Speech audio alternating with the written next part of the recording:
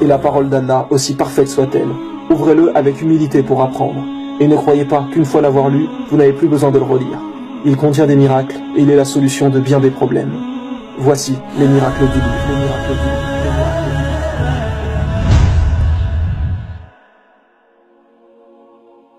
Beaucoup de gens doutent de l'existence d'Allah, et c'est l'intensité de votre foi qui vous gardera sur le chemin droit. Et le Coran est fait pour augmenter votre foi. Par exemple, jusqu'à il y a encore peu de temps, les gens pensaient que le soleil était fixe et que la terre tournait autour du soleil. Peut-être que même vous qui regardez cet épisode pensez encore cela.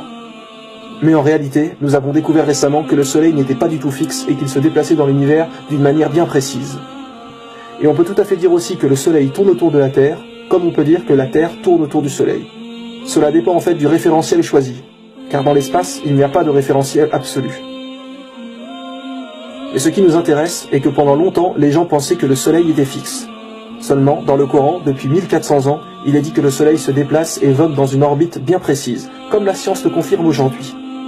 Ce qu'il faut comprendre, c'est qu'avant que la science découvre cela et change son point de vue, les gens auraient pu croire que le Coran avait fait une erreur, puisque la science disait que le soleil était fixe et non le Coran.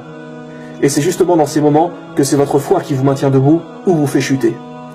Celui dont sa foi est faible aura abandonné l'islam, pensant que le Coran faisait une erreur.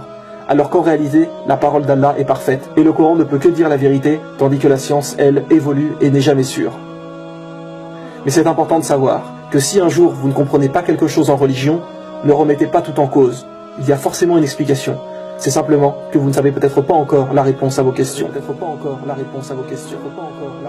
Mais ne remettez jamais l'islam en doute. Car le soleil se déplace bien dans l'univers. Il vous suffit simplement de regarder sur internet pour le confirmer. Et il est dit dans le Coran, chapitre 21, verset 33, « Et c'est lui qui a créé la nuit et le jour, le soleil et la lune, chacun voguant dans une orbite. » Chapitre 55, verset 5, « Le soleil et la lune évoluent selon un calcul minutieux. » Ou bien encore, chapitre 36, verset 40, « Le soleil ne peut rattraper la lune, ni la nuit devancer le jour, et chacun vogue dans une orbite. » Ne doutez pas de la parole de notre Créateur. Louange à Allah, celui qui connaît ce que nous savons et ce que nous ne savons pas. Il faut savoir déjà qu'en langue française, le Coran perd une grande partie de ses miracles. Pourquoi? Car son style linguistique est absolument parfait. Je donnerai des exemples plus tard dans l'épisode pour que vous compreniez mieux. Mais si vous écrivez un poème aujourd'hui avec des rimes à chaque fin de phrase, et ensuite vous le traduisez en anglais, les phrases auront toujours le même sens, mais par contre vous perdrez les rimes. Certains aspects miraculeux du Coran ne sont compréhensibles qu'en arabe. Vous comprendrez plus en détail à la fin de l'épisode. Voici certains petits aspects qui sont également extraordinaires. La sourate Al-Baqarah, qui est la deuxième sourate du Coran et également la plus longue, contient 286 versets. Et si vous regardez au milieu de cette sourate, donc au verset 143, Allah dit « Et nous avons fait de vous une communauté du juste milieu ». Allah emploie le mot « milieu ». Et ce verset tombe pile au milieu de la sourate au verset 143. Et rappelez-vous mes frères et sœurs que les versets du Coran ont été révélés dans le désordre. Vous savez qu'il y a plusieurs noms que l'on donne à Allah, comme par exemple le tout miséricordieux, ou l'audient, le créateur, etc. Un de ces noms est l'unique, qui se dit en arabe Al-Ahad. Eh bien le mot Al-Ahad est écrit une seule fois dans le Coran. Une seule fois, puis il ne revient jamais. Le mot Al-Ahad, qui veut dire unique, est lui-même unique. Le Coran a été révélé sur une période de 23 ans. Combien y a-t-il de chances de ne pas répéter le même mot sur 23 ans de révélation? Imaginez-vous une personne qui délivre un message pendant 23 années. Quelle est la probabilité qu'il soit capable d'éviter d'utiliser le même mot deux fois? Dans le même type d'exemple, Allah dit dans un verset, « Ne médite-t-il pas sur le Coran, s'il provenait d'un autre qu'Allah, ils y trouveraient certes maintes contradictions. » Eh bien le mot contradiction aussi ne revient jamais dans le Coran. Un petit malin qui voudrait vraiment chercher une erreur pourrait dire que si on prend cette phrase au sens littéral de chez littéral, on retrouve le mot contradiction parfois dans le Coran, alors que Dieu dit qu'on ne retrouve pas de contradiction. Mais même le mot en lui-même n'apparaît plus après. Encore une fois, quelle probabilité de ne pas utiliser deux fois le même mot en 23 ans? Cela peut paraître simple, mais rendez-vous compte de la précision des choses. Savez-vous ce que le mot Coran veut dire? La définition même du mot veut dire réciter, quelque chose qu'on récite. Aujourd'hui, quand une musique sort, parfois celle-ci fait le buzz et elle est vue des centaines de milliers de fois, puis très vite on l'oublie et hop, on passe à une autre. Les gens chantent la musique plusieurs fois, puis s'en lassent. Idem pour un film qui marche, il fait un carton et avec le temps d'autres films le remplacent. Alors que le Coran, depuis plus d'un millénaire, est récité constamment, et aujourd'hui par plus d'1 milliard de personnes. Aucun livre depuis l'histoire de l'humanité a été autant récité. De plus, aujourd'hui, avec le décalage horaire, sachez que l'Aden, qui est l'appel à la prière, est récité 24 heures sur 24. Jamais l'appel à la prière n'est stoppé dû au décalage horaire.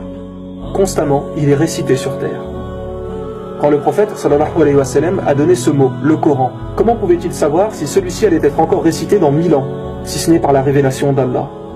Même le mot Coran est miraculeux en soi. Tout est parfaitement bien choisi. Prenez n'importe quelle star, avec le temps, on finit par l'oublier. Alors que le prophète Mohammed, sallallahu alayhi wa sallam, est depuis 1400 ans aimé par les musulmans. Les gens pourront dire, oui, mais Jésus aussi pour les chrétiens, ou Moïse pour les juifs, etc. Et ce qui est intéressant, c'est qu'un verset du Coran parle de la renommée du prophète. Il est dit, chapitre 94, verset 4, « Et exalté pour toi ta renommée ». Et dans l'appel à la prière, lorsqu'il est dit « J'atteste que Mohammed est le prophète d'Allah », nous devons répéter la même chose. « J'atteste que Mohammed est le prophète d'Allah ». Et à chaque fois que nous entendons son prénom, nous devons dire « Que la paix et les bénédictions d'Allah soient sur toi, Mohammed ». Et étant donné que l'Aden est récité 24 heures sur 24, eh bien sans arrêt, la renommée du prophète est mise en avant. Le Coran est parfait et préservé jusqu'à la fin des temps. Outre le fait qu'Allah dit qu'il en est le gardien, et cela nous suffit pour croire que personne ne le modifiera jamais, Allah dit aussi qu'il a rendu le Coran facile pour la mémorisation. Et aujourd'hui, des milliers, voire des millions de gens connaissent le Coran par cœur. Même des enfants de 6-7 ans le connaissent sur le bout des doigts. Dans la prière, nous récitons des sourates de celui-ci. Donc beaucoup d'imams, etc. le connaissent parfaitement. Alors imaginez maintenant si on brûlait tous les livres religieux, Bible, Coran, Torah, les Védas, etc.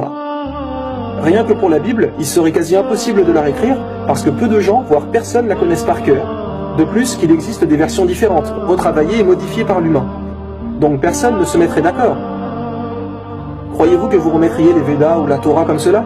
Idem, ce serait mission impossible. Et en plus de cela, l'origine réelle de la Bible et des autres livres est confuse. Elles ont plusieurs sources différentes. Mais allez dans une mosquée et demandez aux musulmans de réécrire le Coran, et en une journée, le Coran est de nouveau là. Et mot pour mot, identique à avant. Car si quelqu'un faisait une erreur, il serait immédiatement corrigé par d'autres.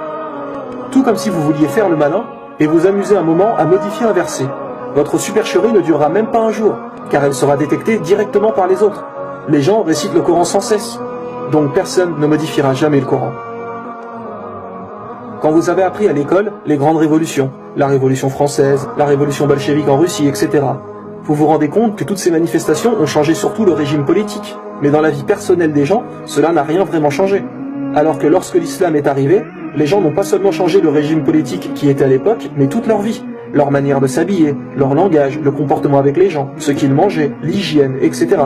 Et les gens qui proposaient ces idées politiques pour ces nouveaux régimes n'ont bien souvent pas vu ces révolutions durant leur vivant. Ce n'est que des années plus tard que cela est venu. Alors que durant la vie du prophète, sallallahu alayhi wa sallam, tout a changé directement, car il était guidé par Dieu. Ce que nous voulons dire, c'est que, imaginez-vous que votre voisin vienne vous voir et vous dise « Voilà, je suis le messager de Dieu. À partir d'aujourd'hui, tu devras faire tout ce que je dis, car ce que je te commande de faire est la volonté de Dieu. » Allez-vous le suivre, ou alors allez-vous le prendre pour un fou? Votre voisin que vous voyez avant tous les jours et qu'à présent vous dit être le messager de Dieu. Surtout qu'à l'époque, les gens étaient fiers et suivaient fermement leurs idées religieuses. Mais non, ils se sont tous mis au fur et à mesure à suivre le prophète Mohammed, sallallahu alayhi wa sallam. Et ça, mes frères et sœurs, ça ne peut venir que du seul et unique Dieu, le seul capable de cela. Voici un autre miracle du Coran. Allah dit dans un verset, nous avons fait descendre le fer. Alors que pour d'autres choses, comme par exemple les montagnes, il dit, nous avons créé les montagnes. Ou bien nous avons créé le soleil, nous avons créé la terre. Mais pour le faire, il ne dit pas nous avons créé, mais fait descendre. Et écoutez bien mes frères et sœurs, les biologistes disent que le fer est venu historiquement sur Terre par la descente de météores. Et Allah dit, chapitre 57, verset 25, nous avons fait descendre le fer, nous avons fait descendre le fer, nous avons fait descendre le fer. À savoir que le fer ne peut être créé sur Terre. Même l'énergie dégagée par le soleil, qui atteint 386 millions de mégawatts, ne peut former le fer. Alors d'où vient-il?